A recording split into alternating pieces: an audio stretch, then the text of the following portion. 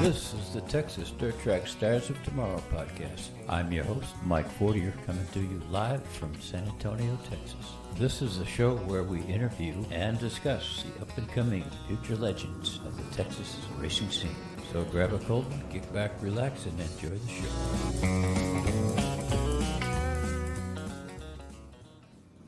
Yeah, kick back, relax, and enjoy the show. November 21st, 2024. Son of a gun, how time flies when you're having fun. Episode 22, I believe. It's been fun. And I continue to have fun, so I hope y'all are enjoying it when you do get an opportunity to watch this thing. It's obviously on Facebook, and it's also on my YouTube channel, which is called the Texas Dirt Track Stars of Tomorrow. We're on every Thursday night, 7 o'clock, normally. Obviously, next Thursday, there's better things to do than this, so happy Thanksgiving in advance to all of you. We've got, let's see, what do I want to say here? We're bringing, the purpose of the show, I say this all the time, but the purpose of the show is to give some of the younger and newer drivers an opportunity to be interviewed, talk about themselves, present themselves, etc., show off, and get some publicity out there. Something that perhaps they can use to their advantage to line up some sponsorship and so forth. Y'all get the idea. That's what we've been doing. That's what we're going to keep doing. Our guest tonight is a young lady that runs the eMod class down at South Texas Race Ranch and over at Texana in Edna, and occasionally comes up and runs I-37 Speedway in Pleasanton, Texas. She's joining us tonight, and I am going to bring her on right now. Brianna Witzsche. Yes, did I say that right? Witzsche, yeah. Yeah, cool. When I asked you how to pronounce that the other day, you told me, well, it's Witzsche, but there's a whole bunch of letters in there that don't need to be there. Yeah, it's a German last name. A whole bunch of letters. Really simple, though. Yeah, it is once you explained it to me. Yeah. Oh, hell, that's easy. So, what you been doing? What's your summer been like? Just racing and going to school. I'm in college right now, so hopefully I'll be graduating this semester. But okay, did I see that you're a psychology major? Mm-hmm. Awesome. I can use you. I have a lot of opportunities to get my degree through everybody that I know. Well, that's very good. That's very good. So how did your racing season go? I mean, you run. I had you pulled up here. I'll get you back again on MRP. But you ran quite a few races. Let's see. You had, let me look at your schedule. You had 19 starts, A-main, this season. You had one win. We'll talk about that in a minute. 8 top 5s and 16 top 10s. So you only finished out of the top 10 3 times. That's pretty good. That's a very good season, actually. Tell us about that win you had. Let's see, it was at the race ranch on May 25th. What was that all about? How'd that go? I mean, I started outside pole next to Zach, and I ran behind him most of the race, and I happened to get lucky when a car in front of us spun out into the infield, and it caused Zach to kind of mess up a little bit, and I stayed right there with him. And if you know me, you know that I majority love the high side, and he happened to be running like middle bottom, and so that's where I was able to get him, was the high side, and I just floored it down, and I was able to get him on the last lap. Yeah, very, very good. Hey, that's what racing's all about, right? Being in the right place at the right time. Stuff's going to happen. No cautions is always good. Well, that was a green flag? Flag? Mm-hmm. That's nice. Always good. That's nice. I want to put a picture of your car up here for the folks to see too. That's a sweet looking ride. Tell us a little bit about that car. My car's topless now. My car is topless now. It's because that's kind of like what they want us to do now. Yep. But yeah, I mean, me and my dad, we build our bodies ourselves, and then we have Top Hat Signs and Designs design all of our stickers Okay. and all that good jazz. But yeah, Okay. Who you got for sponsors? Anybody you want to mention here? I have a list so I don't forget anybody because I always Go forget. for it. I have Scott Electric, which is my dad's company, Larry Smith Racing. My motor builder is Bruce from Ace Automotive Machine Shop, Ace Transmissions, Lalo Auto Parts, 1820 Services, which is not on the car in this picture, but it is now. And then also Top Hat Signs and Designs, and then some other people like Eric Ramos, my cousin Dustin, and then Kyle and everybody who helps me out. Very good. Crew members? Oh, crew members is just mainly my dad and me, and my mom is my video person. And then my cousin, he has been racing a lot this year, but he does help us a lot. He has been coming out to the tracks a lot. So majority it's me, my dad, and my cousin. Cool. So family stuff, right? Family oriented. Yeah.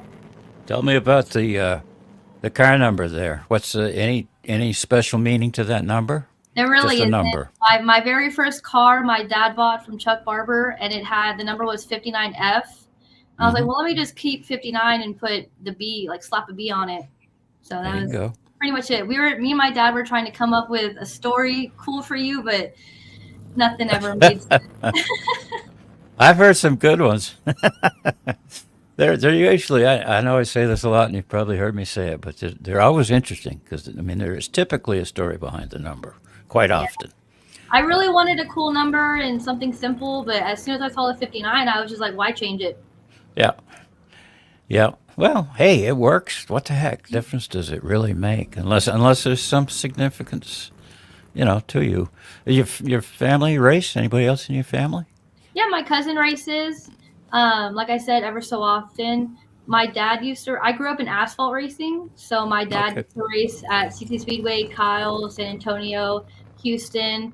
So ever since I was in diapers, I grew up at asphalt. And so changing from asphalt to dirt was a big experience for me and my dad, majority my dad, because he, lived his whole life on asphalt. So we're still learning, but we're getting there. Right. Yeah, it's definitely a big change. I mean, I miss asphalt. That's my background. I miss asphalt too. I've been asphalt all of my life until I moved to Texas 10 years ago. And even then, I've found Kyle, right? Yeah. Just in time for it to close down. I know. I love Kyle. Yep. I thought I was onto something. Son of a gun. Oh, well. Time to learn it. I think I was around 12 or 10 when we were still racing at Kyle, and I felt like the coolest person ever walking through those pits. Yeah. Yeah. Yeah. It had a great atmosphere. I mean, it was something I had never seen a lounge, a bar room in the pit area. Yeah. And I know they restricted that. And it was all good. But what a place to hang out. And sometimes they would have like concerts, stuff like that, and have like a big stage in the middle of the pits or outside in the parking lot. So it was really cool. Yep. No, it was a very interesting place. I liked it. It was a strange racing line. Was at the bottom. They had sticky stuff put down there, I guess. Stick 'em. What the hell do you call it? But it was pretty much a one-lane racetrack, I think, from what I saw. You could sometimes pass on the outside, but pretty much everyone would stay in one spot. Yeah. But yeah, the transition to dirt. Did you find that hard? I think you. I mean, it definitely was a big change, but was it difficult? I would say it was more difficult with my dad trying to explain on how to do things because, like I said, he grew up in asphalt, and so him learning while also trying to teach me how to race and how to get better and all of that stuff. It was hard for both of us. There's been a few fights between us. You know what I mean? Yeah. But I mean, it's never easy, no matter what you do or where you start. No, that's exactly right. But Yeah. yeah, how long did you run asphalt? Oh, I never ran Oh, asphalt. you didn't. Okay, No, no, no, okay. no. I just grew up Yep. around it. Yeah. So you didn't have to worry about a transition from No, dirt to no, no, asphalt. no. It It was was all. mainly just my dad teaching me how to race with Yep, having no background of dirt. Yeah. yep, yep, yep. Yeah. What's your what's your plans for next season? Gonna do the same thing, run the eMods and Yeah, travel with those pretty folks? much. Just travel, go to 37 hopefully, and Edna hopefully more this next coming year. Hopefully Yeah. win a few more races than just one, maybe a championship. Mm-hmm. There you go. Mhm. There you go. And then any thinking beyond that? You got any long term ambitions, goals? My long-term goals is just to finish college and go somewhere with that. I mean, I don't know exactly if I ever will quit racing or when I will quit racing, but as of right now, it's just long-term goal is school and to get like a higher paying job. There you go. Yeah. Awesome. Awesome. Have you driven anything other than the eMods? Just my go-kart. I've practiced in my dad's old Tom's car on Kyle, but I just said I've never raced an asphalt car, but I mean I all I did was practice in it. Yep. Um, I've driven a factory stock at 37 one time, and then I've also driven a Fireball at I-37 one time. Mm-hmm. But other than that, it's always been the eMod. Yep. Yep. How'd you like the Fireball? It was fun. I had a really fun time. You know what I mean? It was Jeff Marker's car, and so I think we ended up having a problem. I'm not sure. Something broke. I can't remember. This is a few years ago. I can't remember what broke, but I was doing pretty good. Pretty good. I want to say I was passing a few cars Yeah. my first time, so Yep. I hate it. Yep. I jump around a lot here because I don't maintain a list or list of questions. I That's all just right. just let it go wherever it goes. But looking at your looking at 2023, you had a pretty good year. You didn't have any wins, but you had a ton of top tens. You started 14 A mains, and let's see, it was all eMods, Mhm. right? Mhm. And then so what was it? Do you remember what that's how did that season go for you? Do you remember? Was it a good smooth? Did you feel like you progressed in the I right definitely direction? I progressed in my driving abilities. If I'm not Hmm. mistaken, I want to say last year is when my transmission broke during a heat race.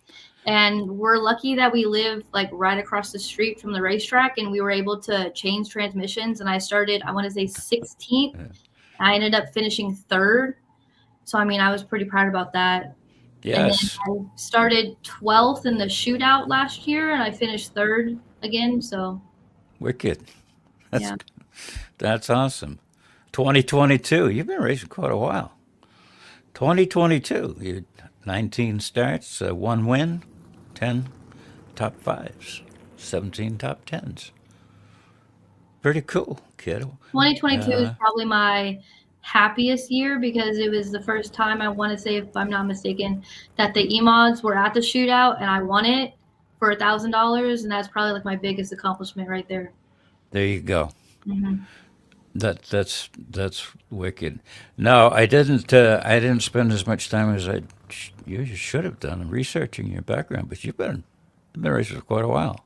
Yeah, I started go karts when I was about, I want to say 9, and then I Yeah. raced go karts until I was about 13, 14, and then we finally got my big car, and then that first year was just practice, and then I think the next year is when I raced fully, and I almost got Rookie of the Year, but I was like 2 points behind.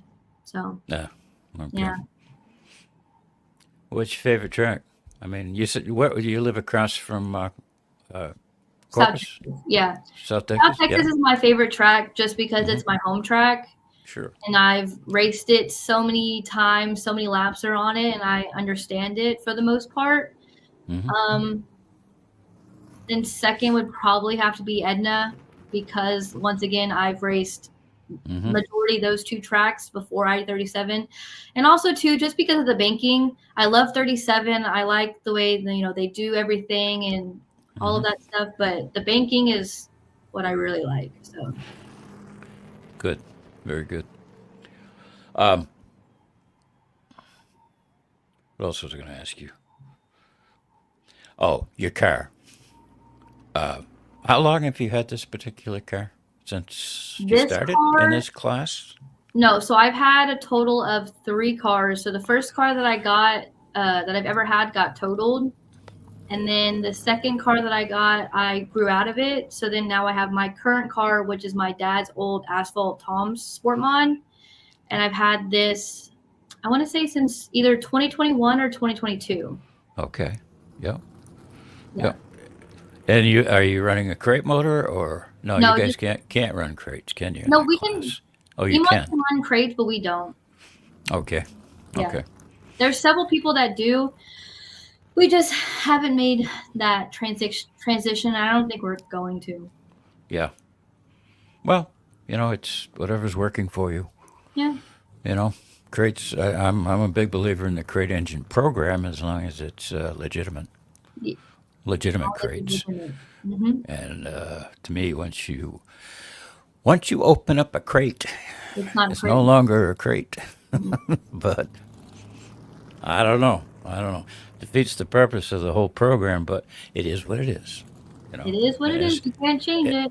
And it's not unique to South Texas. It's all over the country. It's tough to, let's see, manage and restrict and enforce those motors. The track or the series has got to put a lot of time into it to do it right. If you're not going to let them tear these motors apart and beef them up, if you expect them to stay stock, then there's a lot of tracking that has to be done by the track or by the series. Keep track of these motors and serial numbers and make sure everything matches and make sure the seals are legal seals. And, so it gets, it's just different, but it's just different. Can't do much about it. No, except bitch, I suppose. Well, what do you guys are all done this season, right? We have the last race, the last race here at Corpus. Oh, so you're running part of the big show? Not the one that's this weekend. It's the Outlaw 34. Oh. Yeah, gotcha. it's the original dates for the shootout that's this weekend, but they split up the entire show. So now it's the shootout this weekend, and it's the Outlaw 34 memorabilia for Carlucci Sr. in December. In Edna? No, here. Oh, in Corpus. I'm totally confused. Okay. It's the 12th through the 13th. All right, cool. Yeah. Anybody you want to particularly thank or recognize for helping you get to where you are? John and Jamie Sullivan were the main people who helped us originally. They were giving my dad advice and anything. My dad was calling John several times, like almost a day, helping us. So they really kicked up my start. Lawrence Maklachek with the track, the L87 that he has over there. When I first started racing, I would go over there all the time and I was practicing all the time. And so I'm very grateful that he has that. And he is very encouraging to the young starting racers and helps them out a lot. My dad helps me a lot because he is a very smart man and he does do a lot for racing and my racing and all that stuff. Good for you, Dad. Keep it up. It's important. Very important. Supporting the family, keeping it what do I want to say, alive, I guess. I wasn't born into a racing family. I was the black sheep. Yeah. Hmm. I took a fondness to it when I was about 8 years old, and man, I've been involved in racing ever since, and it's just something I like. I've owned some cars, never raced, never drove. I always wanted to, but I got married too young. So What does being married have to do with you racing? I had a, you know, family on the way, Oh yeah, a wife that wanted me home, not at the shop all the time, and I respect that. I can respect that. just getting along. I got Just trying to get along. But no, it kind of sucked. If I had it to do over again, uh, I would. I came close. I came close when I think I was 18 years old. I came very, very close to building a NASCAR late model sportsman asphalt car. Real close. But I was working on one, so I was getting my fill of it. But that was a long, long time ago. So But as I long as you're just, there and learning and having fun, it kind mhm. of sometimes a little bit makes up for not actually being the driver. Well, that's exactly right. I found that if I can just be involved at some Yeah. level, whether I've owned some businesses in the past. I was an associate sponsor on the Skull Bandit NASCAR Bush car, Xfinity, now would be called. So I was on that team. I handled their show car all across the northeastern United States a couple of seasons. Met a lot of people.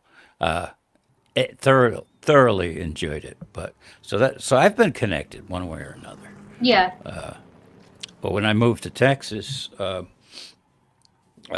I right after 37 reopened.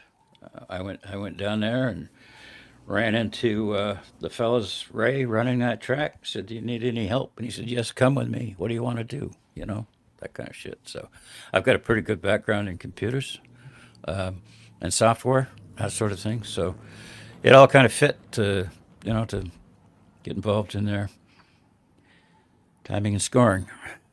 And now you have a happy wife and happy life. I am, yes, we'll just leave it at that. No, we divorced a number of years ago, but that's okay. It's okay. I'm sorry. Now I could build a race car, but I'm too freaking old. What's the matter? I'm sorry. It's all good. Okay. How the heck would you know?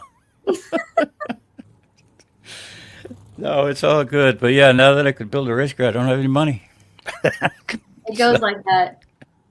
yeah, yeah. But I've been involved down here since I came down. So for 10 years, and I've learned a lot about dirt track racing. I've learned to respect it a lot, and I like it. It's and I mean, if you're going to race in Texas, there aren't too many options. So Yeah. you really better like dirt track racing, which I've learned to do. I've learned to like it. So my hat's off to you. Thank you. And yep, for sure, for sure. Oh, Brianna, I'm running my yap here, and we're not accomplishing much. But Anything else you want to ask me? yeah, well, I want you to talk. Yes. So, is there anything you want to say? Well, I mean, everybody probably knows that I suck at talking. If you ever watch my front stretch interviews, I suck at it. So I don't know what to say. I'm not very good at it. I get made fun of a lot with my front stretch interviews that I have done, and I'm very Hmm. awkward, and it's all I have. You don't seem it. You seem fine. Here, I thank you. you're welcome.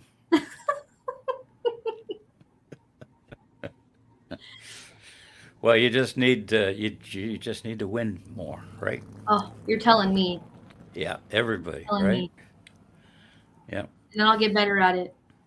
yeah. All right, Brianna. I'm not going to put you on the spot. But if there's anything else you'd like to say, go for it. That's all I got. All right. All right. Hey, listen, thank you very, very much for coming on. It's been very nice talking with you. Thank you for Uh, having me on. I appreciate it. that you're more than welcome, and it's been very nice meeting you. Nice meeting you. So with that, catch you later, kiddo. Thank you. Peace to you too. Bye bye. That was fun. Geez, I'm sometimes at a loss for words, but in any event, I enjoyed that. Brianna, go check her out. eMod's pretty good class. That's growing quite well. I know Chris Workman has a lot to do with that. And thank you, Chris, for getting all that done and organized, and whomever else is back there helping run that class. I do appreciate it. It's pretty cool. So I guess that's about it, folks. Next Thursday's Thanksgiving, so we'll be missing a week, skipping a week. Try to get back in the routine here, and I seem to have an awful time doing that, but I'm getting there. So anyway, folks, thank you for watching, and we'll catch you next time. Peace.